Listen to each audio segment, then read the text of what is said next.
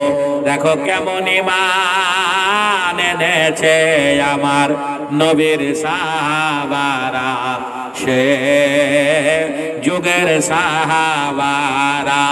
হযরত বেলাল এনেছে ঈমান কত কষ্ট করে, মরুভূমির গরম বালুতে তাজা রক্ত ঝরে, তবু বেলাল ছাড়েনি কালেমা, পড়ে লা ইলাহা ইল্লাল্লাহ।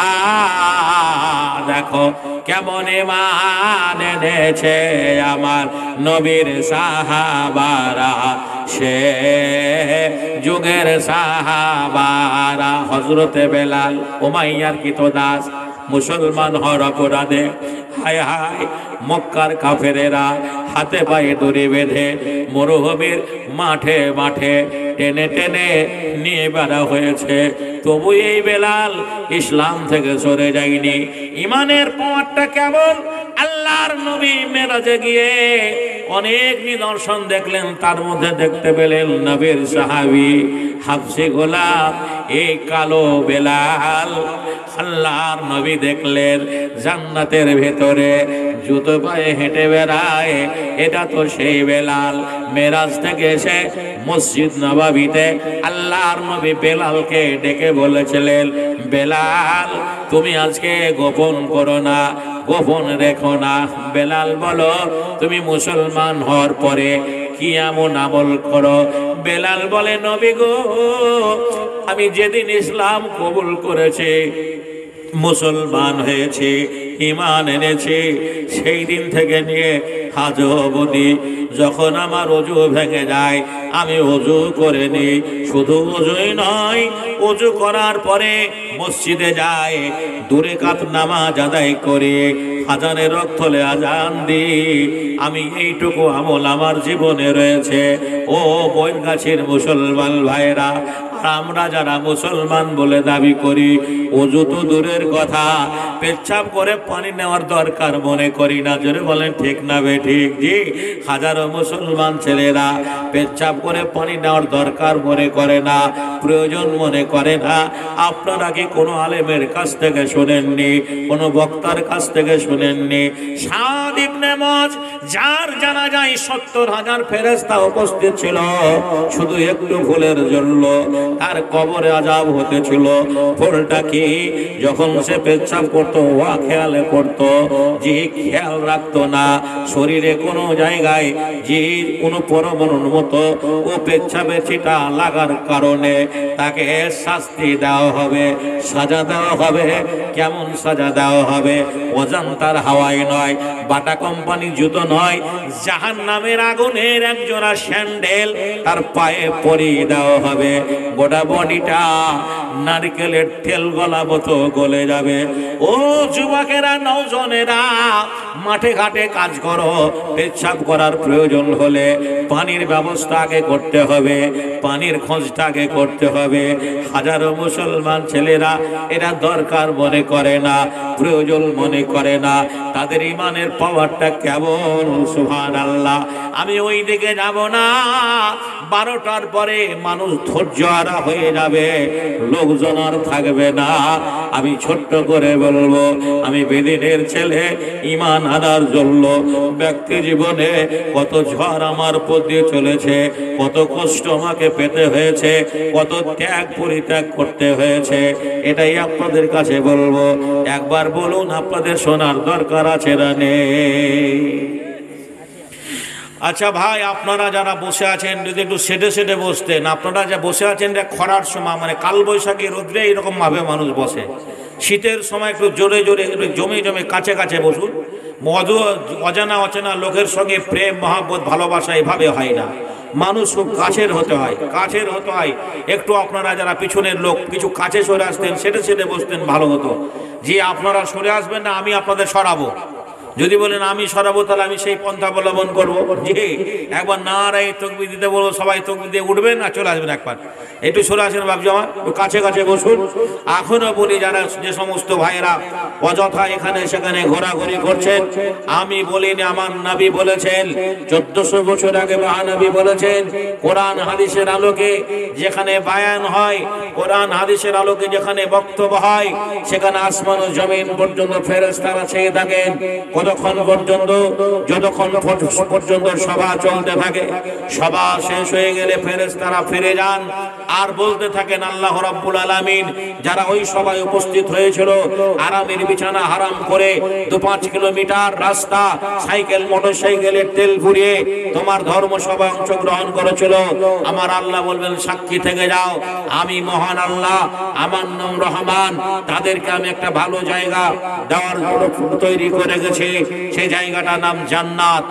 আর যারা পাপড় এখানে সেখানে বাদাম ভাজার দোকানে ঘোরাঘুরি করছে, এরা বন্ধুরা আমার একটা জায়গা পাবে, এদেরও জন্য একটা জায়গা আছে।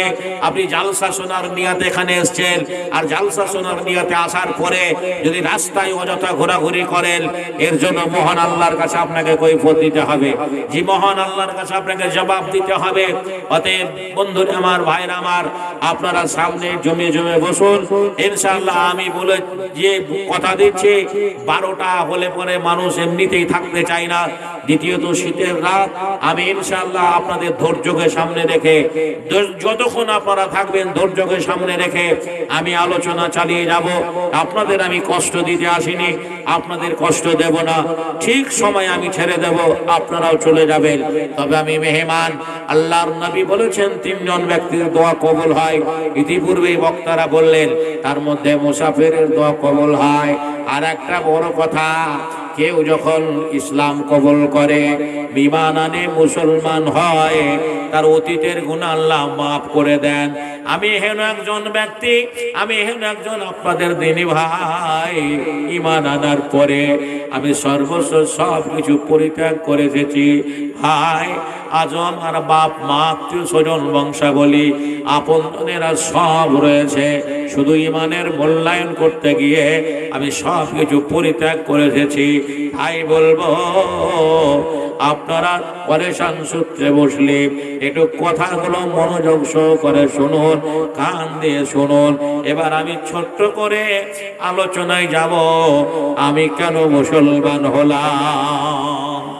নবীর জামানায় বহু সাহাবীর নাম আপনারা শুনেছেন, যারা আল্লাহর নবীকে দেখে ঈমান আনার জন্য তাদের বংশাবলীরা অত্যাচার করেছেন, কষ্ট দিয়েছেন। যতগুলো হাদিসে রাবী আছে, সবচাইতে বেশি হাদিস বর্ণনাকারী তার নাম আবু হুরায়রা। তার নাম আবু হুরায়রা। এই আবু হুরায়রা অতীতে বেদিন ছিলেন, মুশরিক ছিলেন, বিধর্মী ছিলেন। আপনারা বহু আলেমের কাছ থেকে শুনেছেন আবু হুরায়রা ঈমান আনার জন্য তার আত্মীয় স্বজনেরা, তার বাপ মায়েরা কত না অত্যাচার করেছে। বন্ধুরে আমার, ভাইয়েরা আমার, তাই আমি আমার বক্তব্যের বিষয়বস্তু হচ্ছে একটাই, পৃথিবীতে আল্লাহর জমিনে একটাই দিন, তার নাম ইসলাম। ইসলাম ছাড়া কোনো দিন নেই, ইসলাম ছাড়া কোনো ধর্ম নেই। আমি এবার আপনাদের বলবো আমি কেমন করে মুসলমান হলাম।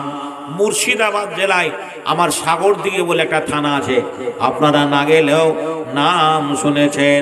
আপনারা মনে হয় করণদিঘি থানার মানুষ নাকি বলছেন?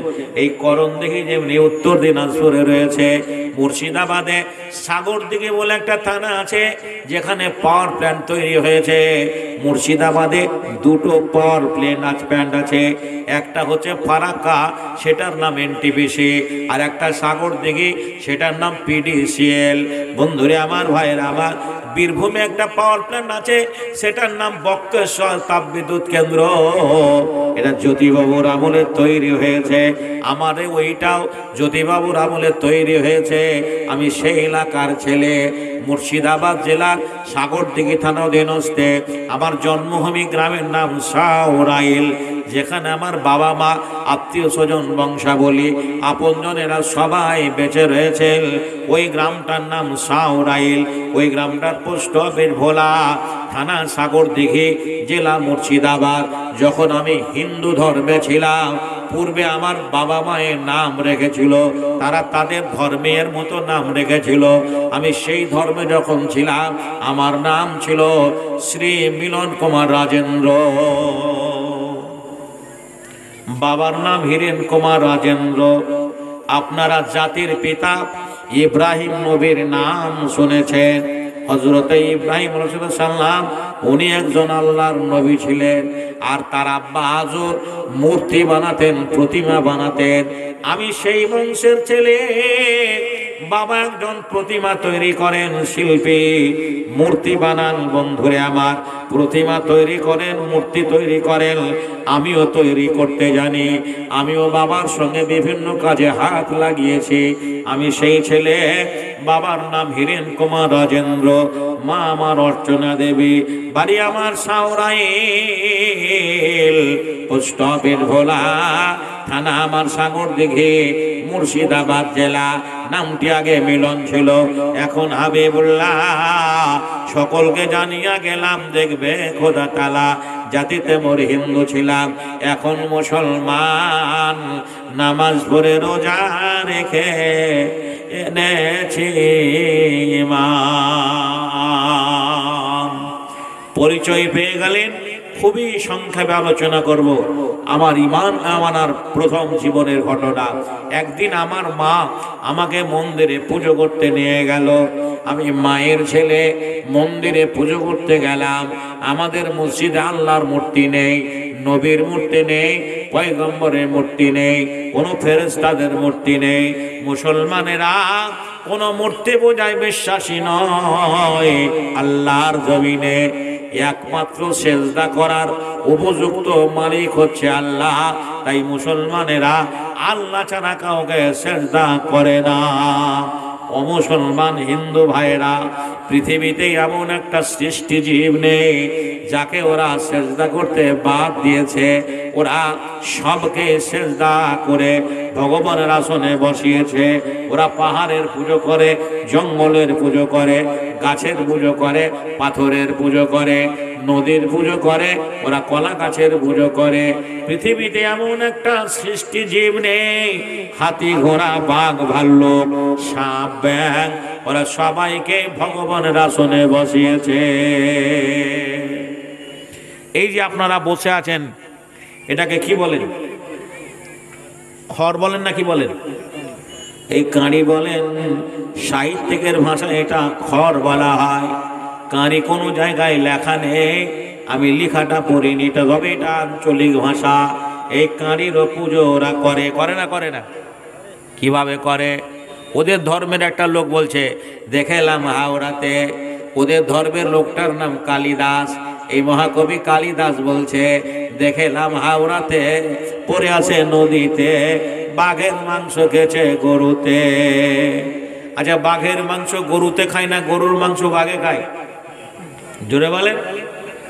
গরুর মাংস বাঘে খায়। আপনারা ডিসকভারি চ্যানেলে দেখেছেন।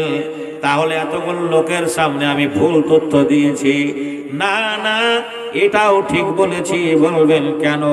দেখবেন ওদের দুর্গা মন্দিরে একটা বাঘ আছে, আছে না নেই? মা দুর্গার কাছে একটা বাঘ আছে, সেটাও কিন্তু কাঁড়ি দিয়ে, খড় দিয়ে বানানো। ওই খড় দিয়ে বানানো, উপরে কাদা দিয়ে রং করা আছে। ওটাকে যখন 4 দিন পরে বিসর্জন দেওয়া হয়, নদীতে ফেলে দেওয়া হয়। এখন বৈরগাছির গরুটা নদীতে পানি খেতে গিয়ে ওই বাঘের খড়গুলো টেনে টেনে খাচ্ছে। কালিদাস এটাই বুঝাতে চেয়েছে, দেখলাম হাওড়াতে, পড়ে আছে নদীতে, বাঘের মাংস খেয়েছে গরুতে। তাহলে ওরা খড়েরও পুজো করে। আর কিসের পুজো করে? আল্লাহ রসুল বললেন, তুমি নামাজে দাঁড়িয়েছো, সামনে দেখছো একটা সাপ, তোমার নামাজ শেষ হয়নি, তুমি নামাজটা ছেড়ে দাও, সাপটাকে আগে মারো। কেননা সে তোমার জীবনে ক্ষতি আনতে পারে, সে তোমার সর্বস্ব কেড়ে নিতে পারে। যার জন্য নামাজের আগে সাপটাকে মারতে হুকুম রয়েছে। আমার অমুসলমান ভাইয়েরা দুধ কলা দিয়ে সাপকে মনসা দেবী বলে পুজো করে, করে না করে না? সাপের পুজো ওরা করে। সাপকে মনসা দেবী বলে।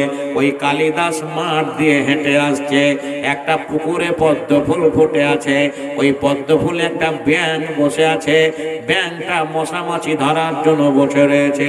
পিছন দিক থেকে একটা সাপ গেছে ব্যাঙটাকে ধরার জন্য, আর সাপকে দেখে ব্যাঙটা পানিতে ডুব মেরে দিল। কালিদাস বলছে হরির ওপরে হরি, জলের ওপরে পদ্ম ফুল, তারপরে একটা ব্যাঙ। বলে হরি শোভা পাই, হরিকে দেখিয়া হরি হরিতে লুকায়। কালিদাসের পরিভাষায় ব্যাঙ হরি, সাপ হরি, জল হরি। কিছু মাথা মোটা মুসলমান, ইমান হারা মুসলমান, মুখশুদ্ধির মাস্টার, জীবনেও নামাজ পড়ে না, শুধু রাজনীতি ছাড়া কিছুই বোঝে না। চায়ের দোকানে, বাস স্ট্যান্ডে অমুসলমানদের সংস্পর্শে থেকে তাদের সামনে একটা মুসলমানের বাচ্চা বলছে তোদের হরি আর আমাদের আল্লাহ এক। জোরে বলেন হরি আল্লাহ এক। হরি আল্লাহ এক নয়, ভগবানের ভগবতী আছে, ঈশ্বরের ঈশ্বরী আছে, নারায়ণের নারায়ণ রয়েছে। আল্লাহ এমন একটা গুণবাচক সেফাতি নাম যার আগে পিছে কেউ নেই, যার জন্য আল্লাহ ফাইসালা করে দিয়েছেন। আল্লাহর মা নেই, বাপ নেই, আল্লাহ কাউকে জন্ম দেয়নি, উনিও কারো জাতীয় সন্তান নন। বিসমিল্লাহির রহমানির রহিম। কুল হুয়াল্লাহু আহাদ, আল্লাহুস সামাদ, লাম ইয়ালিদ ওয়া লাম ইউলাদ ওয়া লাম ইয়াকুল লাহু কুফুয়ান আহাদ। তাই তো আল্লাহর জমিনে আল্লাহ ছাড়া কাউকে সিজদা করা যাবে না। ওরা যে 33 কোটি দেবতার পূজা করে, পুরাণ বলে শ্রেষ্ঠ পূজা কাকে বলে? ধাতু বাসান মাটির মূর্তি কাজ করে তোর সে গঠনে, আতপ চালার পাকা কলা কাজ করে তোর আয়োজনে, মেষ ছাগল মহিষ জাতি কাজ করে তোর বলিদানে। জাকজমকে করলে পূজা হং করায় মনে মনে, তুমি লুকিয়ে তারে করবে পূজা, জানবে না রে জগৎ জনে। তুমি ভক্তি সোদা খাইয়ে তানে তৃপ্তি করো আপন মনে। মনের ভক্তিতে ডাকে একটাই জাতি, তারা মুসলমান। এরা মসজিদে গিয়ে ঠান্ডা পানিতে ওযু করে ভোর বেলায় আল্লাহর ঘরে গিয়ে বলে আলহামদুলিল্লাহ রাব্বিল আলামিন আর রহমানির রহিম মালিক ইয়াউমিদ্দিন ইয়াকা নাবুদু ইয়াকা নাস্তাইন। কখনো কোনদিন কেউ বলতে পারবে না মুসলমানরা মসজিদে ঢাক ঢোল বাজায়। বাজায় নাকি ভাই? ঢাক ঢোল বাজায় না। বন্ধুরে আমার, এরা মনের ভক্তিতে ডাকে। আমি বেদিনের ছেলে, মায়ের সঙ্গে মন্দিরে পুজো করতে গেলাম। আমি মন্দিরের দেবদেবীকে দেখে আমি মাকে বলেছিলাম, মা আমি তো পুজো করব, পুষ্পাঞ্জলি দেব, কিন্তু এদের জন্ম কোথায়, এদের আদি পিতাকে কিভাবে সৃষ্টি হলো এটা আমি জানতে চাই মা। মা বলো এগুলো আমাদের কে হয়? মা বলে বাবা রে এগুলো আমাদের বাবা হয়। যদি এই বাবাদের আমরা পুজো করতে পারি তাহলে আমরা স্বর্গবাসী হতে পারবো। নাউজুবিল্লাহ মিন জালিক। মাকে বলেছিলাম, মা তুমি যাকে বাবা বলো তোমার বাবা তোমার নানা হবে, তুমি যাকে মা বলো তোমার মা তোমার নানি হবে। ওদের ধর্মে একটা সবচাইতে নিয়ম রয়েছে, সেই নিয়মটাকে যতগুলো পুরুষ দেবতা আছে সবাইকে ওরা বাবা বলে, সবাইকে ওরা বাবা বলে। যতগুলো মহিলা দেবী আছে সবাইকে ওরা মা বলে। যে মা বলে, মাকে বললাম, মা তোমার বাবা তোমার নানা হবে, তোমার মা তোমার নানি হবে, তোমার বাবা কেন বাবা বলবো? মা বলেছিল, বাবা এগুলো বলতে নেই। আমি মাকে একটা কথা সেদিন বলেছিলাম, মা যদি দেবদেবীদের বাবা বলতে হয়, আমি আমার জীবনে আজ থেকে রাস্তাঘাটে যাকেই দেখতে পাবো আমি তাকেই বাবা বলে ডাকবো, আর তাকেই তোমাকে স্বামী বলে গ্রহণ করতে হবে। করবে কি তাই বলো? কোন ছেলে যদি তার মাকে হেন প্রশ্ন করে, বুঝতেই পারছেন সে মায়ের মন মানসিকতা কেমন হবে। নিশ্চয়ই সে মা আদর আপ্যায়ন করে কোলে তুলে নেবে না। উগ্র মেজাজ নিয়ে মায়ের সঙ্গে কথোপকথন শুরু হয়ে গেল। মা কি বলেছিলেন? মায়ের প্রত্যুত্তরে কি জবাব দিয়েছি? মন্দিরের প্রথম কথা প্রভাত বেলায় পড়িয়াছিলাম একটি গীতা বই, প্রথম পৃষ্ঠা খুলতেই দেখি যুদ্ধের হইচই। মা বলল, চলো বাবা করে গিয়ে পুজো, তোমার পিতা আসলে পরে দেব যত মুজো। আমি বলিলাম, মায়ের তরে ওগো মা শোনো, কোনটা তোমার আসল পিতা তাকে তুমি চেনো? রামকৃষ্ণ শিবকৃষ্ণ ব্রহ্মা মহেশ্বর, কার কে পিতামহ কে বড় ঈশ্বর? আমার কথা শুনে মা অবাক হয়ে হয়ে নয়, এদিক ওদিক চাইয়া দেখে কেউ কোথাও নাই। মা বলল, শোনো বাছা, শোনো পুত্র ধন, সবারই সবাই পিতা, সবাই ভগবান। আমি বলিলাম মায়ের তরে, ওগো মা তাই যদি হয়, আমার পিতা তোমার স্বামী, তোমারও পিতা হয়।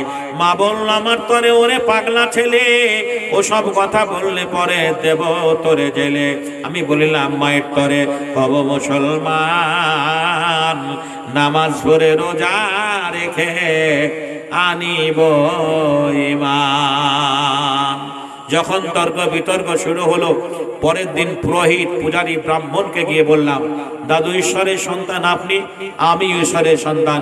ঈশ্বরকে ডাকার প্রত্যেকটা মানুষের সমান অধিকার আছে। ভাই, আল্লাহকে ডাকার সব মানুষের সমান অধিকার আছে না নেই? জোরে বলেন। আজান হয়ে গেল, ইমাম নেই, মৌলানা নেই, হাফেজ সাহেব নেই, যে কোনো একজন পাঁচ ওয়াক্তের মুসল্লি।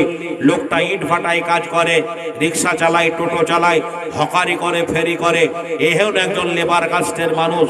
যদি ইমাম হয়ে নামাজ পড়ায়, সারা করণদিঘি থানার মুসলমানরা ওই ব্যক্তির পিছনে যদি নামাজে দাঁড়ায়, তবু নামাজ হবে, এর নাম ইসলাম। যদি বল হবে না, হবে না। কিন্তু মুসলমান ধর্মের একটা নিয়ম রয়েছে, যত শিক্ষা দীক্ষায় জ্ঞানে গরিমায় তুমি পারদর্শী হও না কেন, ব্রাহ্মণ না হলে তোমাকে পুজো করতে দেওয়া হবে না। আমি বলিনি, ইতিহাস প্রমাণ করেছে। জীবন গ্রামের মতো আদর্শ মানুষটাকে মন্দিরে উঠতে দেওয়া হয়নি, বাবা আম্বেদকরের মতো মহান ব্যক্তিকে মন্দিরে পুজো করতে দেওয়া হয়নি। এই তো গত 3 বছর আগে তামিলনাড়ুতে হরিজনেদের একটা ছেলে মন্দির উদ্বোধন করার সময় মন্দিরে উঠে পড়েছিল, পুরোহিতরা তাকে পিটিয়ে মেরেছে। হরিজনেরা বলল, আমাদের ছেলেটাকে আপনি মারলেন কেন? বলে এই মন্দির অপবিত্র করে দিয়েছে। বলে এখানে কুকুর উঠলে পুজো হতো কি হতো না? বলে হ্যাঁ, কুকুর উঠলে পুজো হতো। হরিজনের আন্দোলন করেছিল। তাহলে কি আমরা কুকুরের চাইতে আপনাদের কাছে খারাপ? সেই মানুষগুলো বন্ধুরে আমার ইসলামের ছত্র ছায়ে এসে মোটামুটি 800 পরিবার ইসলামকে ভালোবেসে কালেমা পড়ে মুসলমান হয়েছে। এটা আলহামদুলিল্লাহ বলবেন না? বন্ধুরে আমার, ভাইরা আমার, বলতে যাচ্ছিলাম, জি আমি করলাম কি জানেন? ইসলাম মানবতার ধর্ম। ইসলামের কাছে ফকির, বাদশাহ, আমির সবাই একসঙ্গে নামাজ পড়ে, ঠিক না বেঠিক? বন্ধুরে আমার, ভাইরা আমার, একটা লোক সারাদিন ভিক্ষা করে ঘুরে বেড়ায়, সেই লোকটা যদি প্রথম সারিতে নামাজে দাঁড়ায়, কেউ তাকে গলা ধাক্কা দিয়ে বার করে দেবে না। দেবে কি? বার করে দেবে না। বন্ধুরে আমার, ভাইয়ের আমার, এর নাম ইসলাম। দেখা গেল না, আমাকে ওই ইসলামের বই পুস্তকগুলো আরো পড়তে হবে। আমি যেটা আপনাকে বলছিলাম, আমার ধর্মের বই পুস্তকগুলো আমি পড়তে শুরু করলাম। বাড়ি ফিরে এসে পড়ে দেখলাম পৃথিবীতে একটাই দিন, তার নাম ইসলাম। ইসলাম যে শ্রেষ্ঠ দিন, কোরআন যে বলে গেছে। কোরআনের বহু আগে কোরআনের মতো একটা কিতাব এসেছিল, তার নাম তৌরাত, এতে প্রমাণ আছে। কোরআনের মতো একটা কিতাব এসেছিল, তার নাম জব্বর, এতে প্রমাণ আছে। বাইবেল বলে গেছে, ত্রিপিটক বলে গেছে, জিন্দা বেস্তে প্রমাণ আছে। এক কথায় 1,24,000 পয়গম্বর, যত নবী রাসূল এসেছেন, দাউদ আলাইহিস সালাম বলে গেছেন, সুলাইমান আলাইহিস সালাম বলে গেছেন, ইয়াকুব বলে গেছেন, ইহয়া বলে গেছেন।